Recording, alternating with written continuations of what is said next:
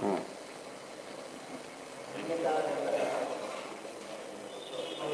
ಈಗ ಮಾಂಡವ್ಯ ಪೂರ್ಣಾನಂದ ಜ್ಞಾನಶಕ್ತಿ ಸ್ವರೂಪಂ ಇದೆಲ್ಲ ಮತ್ತೆ ಯಾಕೆ ಹೇಳಿದರು ಅಂದರೆ ಈ ಶ್ಲೋಕನ ಬದ್ಧ ಬದ್ಧ ಅಂತ ಪದ ಉಪಯೋಗಿಸ್ತಾರೆ. ಏನು ವಿಶ್ವಬದ್ಧ ತೇಜಸಬದ್ಧ ದೋಷಗಳು ಅವೆಲ್ಲ ಅರ್ಥ ಮಾಡಬಾರ್ದು ಅಂತ ತೋರಿಸಿದ್ರಲ್ಲ. ಅದಕ್ಕೆ ಆರಂಭದಲ್ಲಿ ಏನು ಹೇಳಿಬಿಡ್ತಾರೆ, ಪೂರ್ಣಾನಂದ ಪೂರ್ಣಜ್ಞಾನ ಪೂರ್ಣಶಕ್ತಿ ಸ್ವರೂಪಂ ನಿತ್ಯಂ ಅವ್ಯಯಂ ಚತುರ್ಧ ಸರ್ವಭೋಕ್ತಾರಂ ಮತ್ತು ಒಂದೇ ವಿಷ್ಣುಂ ಪರಂಪದಂ. ಈ ಎಚ್ಚರ ಕೊಟ್ಟಿದ್ದರಿಂದ ಇಡೀ ಪೂರ್ತಿ ಇದು ನಿನ್ನೆ ಹೇಳಿದೆ ಮಾತನ್ನು. 4ನೇ ಪಾದದ ಅರ್ಥ ಇದ್ದಾಗಿದೆ ಮಾಂಡವ್ಯ ಭಾಷ್ಯ ಪೂರ್ತಿ. ಎಲ್ಲ ದೇವರಿಗೆ ದೋಷ ಹೇಳಿದಾಗ ಕಳಿಸುತ್ತಿದ್ರಲ್ಲಿ. ಆದರೆ ದೋಷ ಹೇಳೋ ದುಃಖಿ ಇತ್ಯಾದಿ ಶಬ್ದಗಳಿಂದ ಪರಮಾತ್ಮ ವಾಚ್ಯ ಹೇಗೋ, ಇಲ್ಲಿ ಬದ್ಧ ಇತ್ಯಾದಿಗಳಿಂದ ಕೂಡ ಪರಮಾತ್ಮ ವಾಚ್ಯನಾಗಿದ್ದಾನೆ. ದೋಷದ ಭಾಗ ಇಲ್ಲ, ಗುಣದ ಭಾಗ ಇದೆ. ಸೊ ಈ ಸರಿಯ ಮಾಂಡವ್ಯದ ಮೇನ್ ಪರ್ಪಸ್ಸೇ ನಿನ್ನೇನಾಗಿತ್ತು. ಈಗ ತುರೀಯಂ ನಾದ ನಾಮಾನಂ ಹರಿಮ್ಞಾತ್ವ ಅದಾಗಿತ್ತು. ಆಗ್ತಾ ಇತ್ತಾ ಯಾವುದಾ ಬಂದೆ ಹಿಂದಿ 7 ಅಮಾತ್ರು ಅನಂತ ಮಾತ್ರ ಮುಗಿದೇ ಹೋಯ್ತು. ಸ್ವಲ್ಪ ಇದೆ ಹಿಂದಿದೆ. ಯಾವುದು ಅಮಾತ್ರಶ್ಚ ಅದಾಗಿತ್ತಾ? ಇದೆಲ್ಲ ಇದೆ ಮಾಂಡವ್ಯನೇ. ಏಕೀಭಾವಶ್ಚ ಅಕಾರೋ ನಯತೆಯಶ್ಚ ಏನದು ಅನ್ಯಥಾ ಗೃಹ್ಣತ ಸ್ವಪ್ನ. ಇಲ್ಲಿದೆ.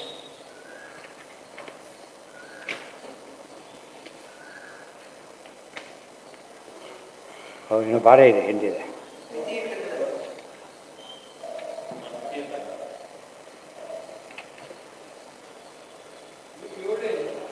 ಬಂದೆ ಇಲ್ಲಿ ಸಿಕ್ತೆ. ಅನ್ಯಥಾ ಗೃಹ್ಣತ ಸ್ವಪ್ನೋ ನಿದ್ರಾತತ್ವಮಜಾನತಃ ವಿಪರ್ಯಾಸೇತಯೋ ಕ್ಷೀಣೆ ತುರೀಯಂ ಪದಮಶ್ನುತೆ. ನಿನ್ನೆ ಹೇಳಿದೆ ಅದನ್ನೆಲ್ಲ ಕೂಡ. ನಿದ್ರೆ ಅವಸ್ಥೆ ಮೋಕ್ಷಾವಸ್ಥೆ ಏನು ಡಿಫರೆನ್ಸು? ಕಷ್ಟ. ಆದ್ದರಿಂದ ಯಾವಾಗಲೂ ಕೂಡ ತುರಿಯ ರೂಪದ ಉಪಾಸನೆಯಿಂದ ಮುಕ್ತಿಯಲ್ಲಿ ನಿಯಾಮಕ ರೂಪ ಯಾವುದು? ತುರಿಯ. ಅಲ್ಲಿ ಈ ಅವಸ್ಥೆಗಳಿಲ್ಲ, ಅಲ್ಲಿ ಅವಸ್ಥೆ. ಆದ್ದರಿಂದ ಇಲ್ಲಿ ಅದಿಲ್ಲ, ಈ ಅವಸ್ಥೆಗಳಿದೆ, ಮೂರಿದೆ. ಅದು ವಿಪರೀತ ವಿಪರೀತ ಜ್ಞಾನಾಂತರಂ ಜಾಯತೆ. ತಪ್ಪು ತಿಳುವಳಿಕೆ ಎಂಡಾಗೋದಿಲ್ಲ, ಸೀರೀಸ್ ಅದು ಒಂದೊಂದು ಹೋಗ್ತಾ ಹೋಗ್ತಾ ಹೋಗ್ತಾ ಶುರುವಾಗುತ್ತೆ. ಆದ್ದರಿಂದ ಹೇಗೆ ಜ್ಞಾನಕ್ಕೆ ಒಂದೊಂದು ಜ್ಞಾನ ಲಿಂಕ್ ಕೊಡ್ತಾ ಹೋಗುತ್ತಾ, ಹಾಗೆ ಒಂದು ಮೆಟ್ಲು ಮೇಲೆ ಮೇಲೆ ಮೇಲೆ ಹೇಗೆ ಇರ್ತಾರೋ ಬೀಳುವಾಗ ಹಾಗಾಗಿ ಬಿಡ್ತಾ ಹೋಗ್ತಾರೆ. ಅದು ತಪ್ಪು ತಿಳುವಳಿಕೆ ಎಂಬುದು ಒಂದು ಸ್ಟೇಜಲ್ಲಿ ಇದೆ. ಆ್ಯಕ್ಸಿಡೆಂಟ್ ಎಂಬುದು ಡೆಫಿನೆಟ್ ರೀತಿ ಆಗೋದಾಗಿದ್ದರೆ ಎಲ್ಲರೂ ಮಾಡ್ಬೋದಾಗಿತ್ತು. ಏನು ಬೇಕಾದ್ರೂ ಆಗೋದ್ರ ಬಗ್ಗೆ ಆ್ಯಕ್ಸಿಡೆಂಟ್ ಕಲಿಯೋದು. ಯಾಕೆ ಡೆಫಿನೆಟ್ ಒಂದು ಜಾಗಕ್ಕೆ ಕೊಡೋದು ಆ್ಯಕ್ಸಿಡೆಂಟ್ ಅಲ್ಲದು. ಏನದು? Plan accident. ಇದು ಪ್ಲಾಂಡ್ ಅಲ್ಲ. ಅನಾದಿ ಮಾಯೆಯ ಸುಪ್ತೋ ಯದಾ ಜೀವ ಪ್ರಬುದ್ಧತೆ ಅಜಂ ಅನಿದ್ರಮಸ್ವಪ್ನಂ ಅದ್ವೈತಂ ಬುದ್ಧತೆ ತದಾ. ಅನಾದಿ ಮಾಯೆಯ ಸುಪ್ತಃ ಯದಾ ಜೀವ ಪ್ರಬುದ್ಧತೆ. ನಮಗೆ ಅಜ್ಞಾನ ಎಲ್ಲಿಂದ ಇದೆ? ಅನಾದಿ ಕಾಲದಿಂದ ಇದೆ. ಆಗ ಅದರಿಂದ ಬಿಡುಗಡೆ ಹೊಂದಬೇಕೀಗ. ಅನಾದಿ ಮಾಯೆ ಹೇಗೆ ಅಂದರೆ ಗಾಢ ನಿದ್ರೆಗೆ ಬಂದುಬಿಟ್ಟಿದೆ ನಮಗೆ. ಹೇಳ್ಬೇಕೀಗ ಯದಾ ಪ್ರಬುದ್ಧತೆ, ಜೀವ ಹೇಳ್ಬೇಕೀಗ. ಅಜಂ ಅನಿದ್ರಂ ಅಸ್ವಪ್ನಂ ಅದ್ವೈತಂ ಬುದ್ಧತೆ ತದ. ಆಗ ಅದ್ವೈತ ಅರ್ಥ ಆಗುತ್ತೆ ಅಂತ ಆಗುತ್ತೆ. ಇವರೇನು ತಿಳ್ಕೊಂಬಿಟ್ಟಿದ್ರೆ ಗಟ್ಟೆ ಹೇಳ್ಕೊಂಬಿಟ್ಟಿಲ್ಲ. ಅದ್ವೈತ ತಿಳಿಬೇಕಾದ್ರೆ ಈ ರೀತಿ ಆಗಬೇಕು. ಅದಾ ಅದ್ವೈತ ಅಲ್ಲ. ಇಲ್ಲಿ ಅದ್ವೈತ ಅಂದರೆ ಮಿಥ್ಯಾಜ್ಞಾನ ಹೋಗುತ್ತೆ ಅಂತ ಅರ್ಥ. ಎಲ್ಲ ಹೇಳಿದಲ್ಲ, ಅಜಂ ಅನಿದ್ರಂ ಅಸ್ವಪ್ನಂ ಅದ್ವೈತಂ ಬುದ್ಧತೆ ತದ.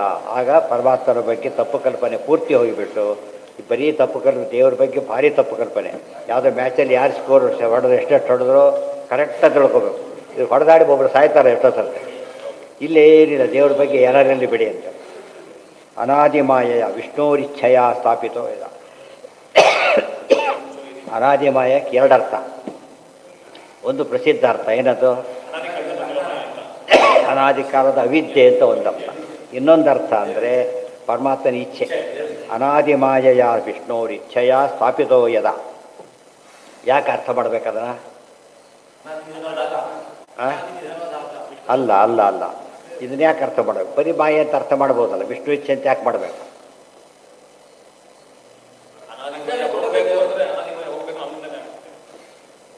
ಅಚಿತ್ತನು ತದ್ಧೇಯತಃ. ಅದನ್ನ ಜಡ ಪದಾರ್ಥ. ಹಗ್ಗ ಕಟ್ಟಿ ಅದೇ ಒಂದು ಕಟ್ಕೊಂಡ್ಬಿಡುತ್ತಾ? ಹಗ್ಗದಿಂದ ಕಟ್ಟಲ್ಪಟ್ಟಿದ್ದಾನೆ ಕರೆಕ್ಟೇ. ಅದು ಯಾರು ಕಟ್ಟಿದ್ದಾರೆ ಬಿಡಬಾರ್ದು. ನಮಗೆ ಸಂಸಾರ ಬಂಧನ ಆಗಿದೆ, ಹೌದು. ಅಜ್ಞಾನದಿಂದ ಬಂಧನ ಆಗಿದೆ ಕೂಡ ಹೌದು. ಬಟ್ ಅಜ್ಞಾನ ಹಾಗೆ ಬರೋಕ್ಕೆ ಸಾಧ್ಯ ಇಲ್ಲ. ಯಾರು ಕೊಡ್ಬೇಕು ಅದಕ್ಕೆ? ಮೇನ್ ಇದ್ದಾರೆ ಪರಮಾತ್ಮ. ಬಂಧಕ ಬಂಧಕ ಬಂಧಕೋ ಭವಪಾಶೇನ ಭವಪಾಶಾಚ್ಯ ಮೋಚಕ, ಈ ಅರ್ಥನೂ ಮಾಡಬೇಕು. ಇದೇ ಮುಖ್ಯವಾದ ಅರ್ಥ. ಅನಾದಿ ಮಾಯೆಯ ವಿಷ್ಣು ಇಚ್ಛೆಯ ಸ್ಥಾಪಿತೋ ಯದಾ ಸ್ವಾಪಿತೋ ಯದಾ ತಯಾ ಪ್ರಬೋಧ ಮಾಯಾತಿ ತದಾ ವಿಷ್ಣು ಪ್ರಪಶ್ಚಿತ್ ಪ್ರಕಾಶಕ. ಆದ್ದರಿಂದ ಮಾಯೆ ಯಾರಿಂದ ಹೋಗ್ಬೇಕೀಗ? ಯಾವನು ಬಂಧನ ಮಾಡ್ತಾ ಅವನ್ನೇ ಬಿಡುಗಡೆ ಮಾಡೋದು. ಸೊ ವಿಷ್ಣು ಅನುಗ್ರಹ ಆಗಬೇಕೀಗ. ಅದಕ್ಕೆ ನಾವು ಭಕ್ತಿ ಮಾಡಬೇಕು. ಭಕ್ತಿಗೆ ಜ್ಞಾನಕ್ಕೆ ಅಧ್ಯಯನ ಎಲ್ಲ ಶುರುವಾಯಿತು. ದೊಡ್ಡ ಲಿಂಕ್ ಇದು. ಅದಕ್ಕೆ ಹೇಳೋರು ದೊಡ್ಡ ಮನೆ ತೋರಿಸ್ಬಿಡ್ತಾರೆ, 100 ಕಾರು ತೋರಿಸ್ತಾರೆ. ನೋಡಪ್ಪ ನೀನು ಹಾಗೆ ಆಗಬೇಕಾ? ಗೊತ್ತಾಯ್ತಾ? ಹ್ಞೂ ಅಂತಾರೋ ತಕ್ಷಣ ಮಾಡಬೇಕಾಗ ಹಾಗೆ ಕೆಲಸಕ್ಕೆ ಸೇರಬೇಕು. ಸೇರಿಬಿಡ್ತೀವಿ ಹೇಳು, ಅದು ಓದಬೇಕು. ಓದಬೇಕಾದ್ರೆ ಮೊದಲು ಓದಿರಬೇಕು, ಆಗ ಸರಿ ಅವಾಗ ಹೋಗ್ತಾರೆ. ಕೆಲವರು ಇಷ್ಟು ದೊಡ್ಡದಾರ ಬೇಡ ಬೇಡ ಅಂದ್ಬಿಡ್ತಾರೆ, ಕೆಲವರು ಓದ್ತಾರೆ ಪಾಪ. ಅದನ್ನು ಇದೆಲ್ಲ ಹೇಳ್ತಿರೋದು ಅದೇ ಅಲ್ಲಿ ಎಂಡಾಗಲಿಕ್ಕೋಸ್ಕರ. ಪ್ರಪಂಚೋ ಯದಿ ವಿದ್ಯೇತ ನಿವರ್ತೇತ ನ ಸಂಶಯ ಮಾಯಾ ಮಾತ್ರ ಭೇದಂ ದ್ವೈತಂ ಅದ್ವೈತಂ ಪರಮಾರ್ಥತಃ. ಇವೆಲ್ಲ ನೋಡೋದಕ್ಕೆ ಅವ್ರ ಪರ ಕಂಡ ಕಾಣುತ್ತೆ.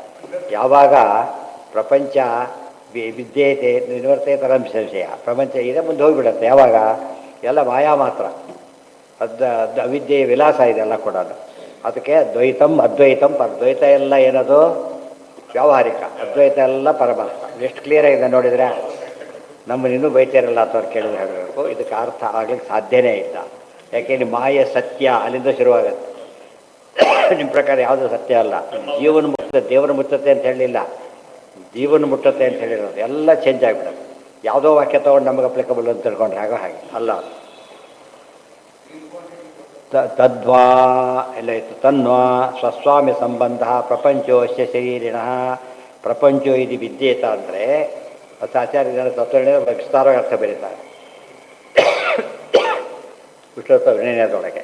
ಇಲ್ಲಿ ಇದು ವಿದ್ಯೇತ, ಪ್ರಪಂಚವೇನಾದರೂ ಇಲ್ಲದ ಪ್ರಪಂಚ ಏನಾದರೂ ಕಾಣೋದಾಗಿದ್ದರೆ ಅದು ನಾಶ ಆಗಬೇಕಾಗಿತ್ತು. ನಾಶ ಆಗೋದಿಲ್ಲ. ಆದ್ದರಿಂದ ಏನರ್ಥ ಇದೆ ಅಂತ ಅರ್ಥ. ಅಲ್ಲಿ ತರ್ಕಮುದ್ರೆಯ ಮಾತದು. ತರ್ಕಮುದ್ರೆಯಲ್ಲಿ ಹೇಳಿದ್ದಾರೆ ಅದೇನೋ ಬರೋದು ಶ್ರದ್ಧೆ ಬರಬೇಕಾಗಿತ್ತು ಅಂತಾರಲ್ಲ ಹಾಗೆ. ಅದು ಏನು ಅರ್ಥ ಮಾಡ್ಕೋಬೇಕಿತ್ತು, ಮಾಡ್ಕೊಳ್ಳಿಲ್ಲ. ತರ್ಕದ ಬುದ್ಧಿ ಇದೆಲ್ಲ ಪದಗಳೇನವು? ವಿದ್ಯೇತ ವ್ಯರ್ಥೇತ ಎಲ್ಲ ಏನವು? ಅವರೇನಾದ್ರು ಊರಿಗೆ ಹೋಗಿದ್ದರೆ ಈಗ ಬಂದರು ಅಂತ ಹೇಳಬೇಕು. ಊರಿಗೆ ಹೋಗೇ ಇಲ್ಲ ಅವರು. ಮತ್ತೆ ಊರಿಗೆ ಹೋಗಿದ್ದರೆ ಬಂದರು ಅಂತ ಹೇಳಬೇಕಾಗಿತ್ತು. ಊರಿಗೆ ಹೋಗೇ ಇಲ್ಲ ಅವರು. ಅರ್ಥ ಆಯ್ತಾ ಈಗ? ಅದು ಅರ್ಥ ಮಾಡ್ಕೊಳ್ಳಿಲ್ಲ ಅವರು. ತನ್ವಾ ಸ್ವಸ್ವಾಮಿ ಸಂಬಂಧ ಪ್ರಪಂಚೋಶ್ಯ ಶರೀರಿಣ ವಸ್ತುತೋಸೌ ನಚೈವಾಸ್ತಿ ಪರಮಶ್ಯ ವಶೇ ಯತಃ. ನಮಗೇನು ಭ್ರಮೆ ಇದೆ ಈಗ? ಈ ಶರೀರ ನನ್ನದು, ಗೊತ್ತಾಯ್ತಾ? ಇವೆಲ್ಲ ಭಾವನೆ ಇದೆ. ಅಲ್ಲ, ನಮ್ಮದಲ್ಲ ಇದು. ಯಾರ್ದಿದು? ದೇವರ ಎಲ್ಲಿದೆ? ಇದು ಅರ್ಥ ಆಗಿಬಿಟ್ರೆ ಇದು ಭ್ರಮೆ ಹೋಗಿಬಿಡುತ್ತೆ, ಅಲ್ಲಿವರೆಗೂ ಹೋಗೋದಿಲ್ಲ. ತನ್ವಾದಿಕಸ್ತಥಾಪೇಶಃ ಅಭಿಮಾನಾತ್ ಪ್ರದೃಶ್ಯತೆ.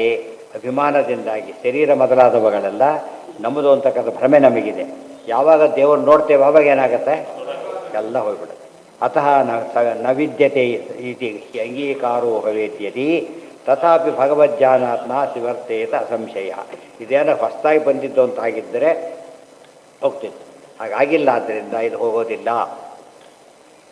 ಅದ್ವೈತಂ ಅನ್ಯಥಾ ಜ್ಞಾತಂ, ತಪ್ಪು ತಿಳುವಳಿಕೆ ಹೋಗಿ ಸರಿಯಾದ ತಿಳುವಳಿಕೆ ಬರುತ್ತೆ ಅಂತ ಅರ್ಥ. ಏನ? ಅನ್ಯಥಾ ಜ್ಞಾತಂ ಅನನ್ಯಥಾ ಜ್ಞಾತಂ. ಅನನ್ಯಥಾ ಅಂದ್ರೇನು? ಅದ್ವೈತಂ ಪರಮ. ಯಾವುದನ್ನು ನಾವು ತಪ್ಪಾಗಿ ತಿಳ್ಕೊಂಡಿಲ್ಲ ಅದು ಹೋಗೋದೇ ಇಲ್ಲ. ಯಾವ ತಪ್ಪು ತಿಳ್ಕೊಂಡಿದ್ದೇವೆ ಅದು ಹೋಗುತ್ತೆ. ಯಾವ ತಪ್ಪಾಗಿ ತಿಳ್ಕೊಂಡಿಲ್ಲ ಅಂದಮೇಲೆ ಅದು ಹೋಗ್ಲಿಕ್ಕೆ ಸಾಧ್ಯ ಇಲ್ಲ. ಪ್ರಪಂಚ ತಪ್ಪಾಗಿ ತಿಳ್ಕೊಂಡಿಲ್ಲ ನಾವು, ಆದ್ದರಿಂದ ಹೋಗೋದೇ ಇಲ್ಲ. ಪರಬ್ರಹ್ಮಾದಿ ವಸ್ತು ತತ್, ಮುಖ್ಯವಾಗಿ ಪರಬ್ರಹ್ಮ ಇದ್ದಾನೆ. ದ್ವೈತಂ ದ್ವಿಧಾ ಜ್ಞಾತಂ ಅನ್ಯಥಾ ಜ್ಞಾತಂ ಅಜ್ಞೈಹಿ. ದ್ವಿಧಾ ಜ್ಞಾತಂ ಅಂದ್ರೇನು? ತಪ್ಪು ತಿಳ್ಕೊಂಡ್ಬಿಟ್ಟಿದ್ದಾರೆ. ಪರಮಾರ್ಥತಃ ಪರಮೇಶ್ವರ ಪರಮಾರ್ಥ ಅಂದರೆ ಪರಮಾತ್ಮ. ತಸ್ಯೈವ ಮಾಯಾ ಮಾತ್ರಂ ತದಿಚ್ಛೆಯಾದಿವೆ. ಇವೆಲ್ಲ ಪರಮಾರ್ಥತ ಬಂದಿದೆ ಅಂದರೆ ಪರಮಾತ್ಮನಿಂದ ಬಂದಿದೆ ಅಂತ ಗೊತ್ತಾದರೆ ಏನಾಗಲ್ಲ, ನಮ್ಮದು ಅಂತ ಭ್ರಮೆ ಹೋಗಿಬಿಡುತ್ತೆ. ಇದು ಅವ್ರು ಮಾಡಿದ್ದು ಅಂದರೆ ನಮ್ಮ ಜೋರ ಕೂತಿದ್ದ ಸೀಟೊಳಗೆ ಒಬ್ಬರು ಬಂದ, ಅವನು ಆರಾಮ್ ಕೂತ್ಬಿಟ್ಟಿದ್ದಾನೆ. ಹೇಳೋದಿಲ್ಲ, ತೋರಿಸ್ದ. ಏನು ಮಾಡಬೇಕಾಗ? ಏನು ಮಾತಾಡೋಂಗಿಲ್ಲ. ಇದು ಆ ಚಿತ್ರ ನಾವು ತಿಳ್ಕೊಂಡ್ಬಿಟ್ಟಿದ್ದೇವೆ, ನಮ್ಮದಲ್ಲ ಇದು. ತೋರಿಸ್ತಾ ಆಗಮ ಏನು ಶಾಸ್ತ್ರ ಏನು ಮಾಡುತ್ತೆ, ನಿಂದಲ್ಲ ಅಂತ ತೋರಿಸ್ಕೊಡೋದು. ಅವಾಗ ಬಿಟ್ಟು ಜಾಗ ಖಾಲಿ ಮಾಡಬೇಕು. ತದನ್ಯಥಾ ಜ್ಞಾನಂ ತಸ್ಮಾತ್ ತದಿಚ್ಛೆಯೈವ ನಿವರ್ತತೆ. ಈ ಅನ್ಯಥಾ ಜ್ಞಾನ ಕೊಟ್ಟರು ಪರಮಾತ್ಮನಾದ್ದರಿಂದ ಯಾರು ತೆಗಿಬೇಕಾದನೀಗ ದೇವರೇ ತೆಗಿಬೇಕು. ಸಾಮಾನ್ಯವಾಗಿ ತಿರುಪತಿಗೆಲ್ಲ ಬಡ್ಡ ತೆರೆ ಹಾಕಿರ್ತಾರೆ ನೈವೇದ್ಯ ಮಾಡ್ಬೇಕಾದ್ರೆ. ನಾವೇ ತೆಗಿಲಕ್ಕೆ ಹೋದ್ರೆ ಹೊರಗೆ ಕೂಡ ಬಿಡೋದಿಲ್ಲ. ನಾವೇ ತೆಗಿಲಕ್ಕೆ ಬರುತ್ತಾ ಈಗ ಬರೋದಿಲ್ಲ. ಅಂದರೆ ಕೈ ತೆಗಿಲಕ್ಕೆ ಬಂದು ತೆಗಾಗಿಲ್ಲ. ಸೈನ್ ಮಾಡೋಕ್ಕೆ ಹೋದ್ರೆ ಸೈನ್ ಮಾಡಬಾರ್ದು, ಫೋರ್ಜರಿ ಆಗುತ್ತೆ. ಗೊತ್ತಾಯ್ತಾ? ಅವ್ರ ಕೆಲಸ ಅವ್ರು ಮಾಡಬೇಕು. ಅವ್ರು ತೆಗೆದಾಗ ನೋಡ್ಬೋದು. ನಾವು ತೆಗಿಲಕ್ಕೆ ಮೆಲ್ಲಕ್ಕೆ ತಲೆ ಹಾಕೋದು, ಇವೆಲ್ಲ ತಲೆ ಆಲ್ಟಿ ಹಾಗಾಗಿಬಿಡುತ್ತೆ. ನಾವು ತಲೆ ತೂರ್ಸಾಗಿಲ್ಲ, ಯಾಕೆ ದೇವ್ರ ಇಚ್ಛೆಯಿಂದ ಬಂದಿರೋದು ಅದು ಯಾರೋ ನಮ್ಮಂಥವ್ರ ಹಾಕಿದ ತೆರೆನೇ ನಾವು ತೆಗಿಬಾರದು. ಗೊತ್ತಾಯ್ತಾ? ಇದು ದೇವ್ರು ಹಾಕಿದ್ದೆ ತೆಗಿಲಿಕ್ಕೆ ಬರುತ್ತಾ? ಸಾಧ್ಯನೇ ಇಲ್ಲ. ಪರೇಣ ಬ್ರಹ್ಮಣ ಎತ್ತು ದ್ವಿಧಾನ ಜ್ಞಾತಮಂಜಸ. ಡೀಟೇಲ್ಸ್ ಎಲ್ಲ ನಾಳೆ ಇನ್ನು ತುಂಬ ಇದೆ. ನಾಳೆ ಇದ್ರ ಬಗ್ಗೆ ಇದೇ ಕೀವರ್ಡ್ ಅವರಿಗೆ. ಗೊತ್ತಾಯ್ತಾ? ಇದು ಭಾಳ ಮುಖ್ಯವಾದ ಇದರ ವಾದಗಳಲ್ಲೆಲ್ಲ ಅಂಶ ಎತ್ತಿ ತೆಗಿತಾರೆ. ನೋಡಿದರೆ ಅದ್ವೈತಂ ಪರಮಾರ್ಥತ, ಅಲ್ಟಿಮೇಟ್ ರಿಯಾಲಿಟಿ ಅದ್ವೈತ. ಸ್ಪಷ್ಟ ವಾಕ್ಯ ಇದೆ ಅಂತ ಹೇಳ್ತಾರೆ. ಅಲ್ಲ, ಪರಮಾರ್ಥ ಅಂದರೆ ಪರಮಾತ್ಮ ಅಂತ ಅರ್ಥ. ಅವನ ಕೈಲಿರೋದ್ರಿಂದ ಅನುಗ್ರಹ ಮಾಡಬೇಕು ಅಂತ ತಾತ್ಪರ್ಯ. ಅದೆಲ್ಲ ಹೇಳ್ತಾರೆ. ತಾರತಮ್ಯ ಅಲ್ಲ, ಪ್ರಪಂಚೋ ಭೇದ ಪಂಚಕಃ, ಪಂಚಭೇದಗಳು ಅಂತ ಅರ್ಥ ಮಾಡ್ತಾರೆ. ಅದೆಲ್ಲ ಬರುತ್ತೆ, ನಾಳೆ ಬರುತ್ತೆ.